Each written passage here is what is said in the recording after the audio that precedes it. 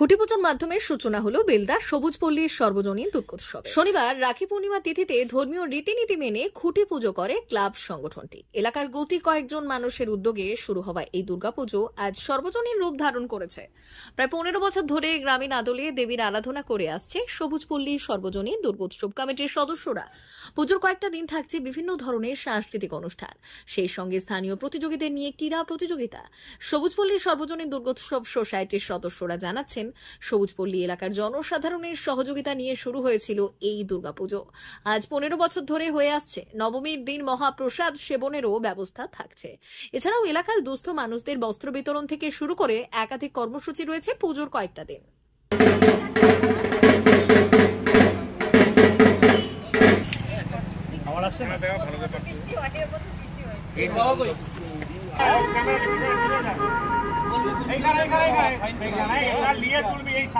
সার্বজনীন দুর্গোৎসব সবুজপল্লী সার্বজনীন দুর্গোৎসব সবুজপল্লী সার্বজনীন দুর্গোৎসব কমিটির এবছর 15 বছরের পুজো। কত বাজেট রয়েছে, কি থিম পুজোর? আমরা একেবারে গ্রামীণ থিম নিয়ে ব্যবহার করি, যেহেতু আমরা পাড়ার পুজো হিসেবে ব্যবহার করি সবুজপল্লী সার্বজনীন দুর্গোৎসব, তাই আমরা পাড়ারই থিম রেখেছি।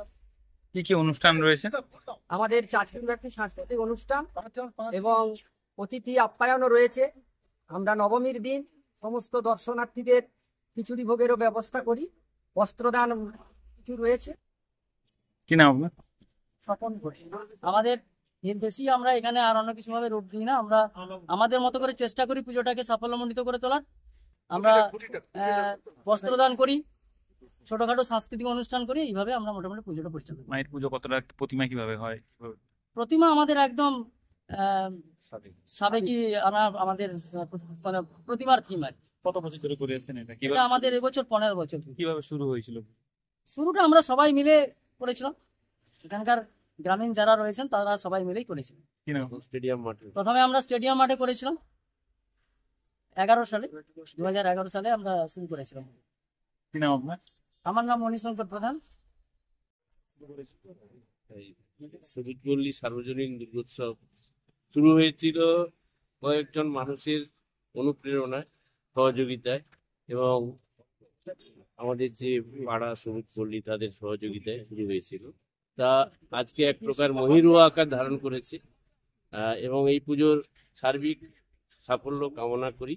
এবং এই পুজোতে আজকে কোটি পুজো হচ্ছে, তার মধ্যে উদ্বোধন শুরু হবে। আপনাদের সবাই সহযোগিতা এবং সবুজপল্লী আপামর জনসাধারণকে এই পুজোয় সামিল হওয়ার জন্য অনুরোধ করছি।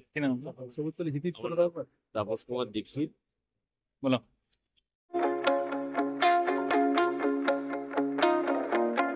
সুলভ মূল্যে এলোপ্যাথিক ঔষধ পাওয়ার বিশ্বস্ত প্রতিষ্ঠান এখন আপনার বাড়ির কাছে।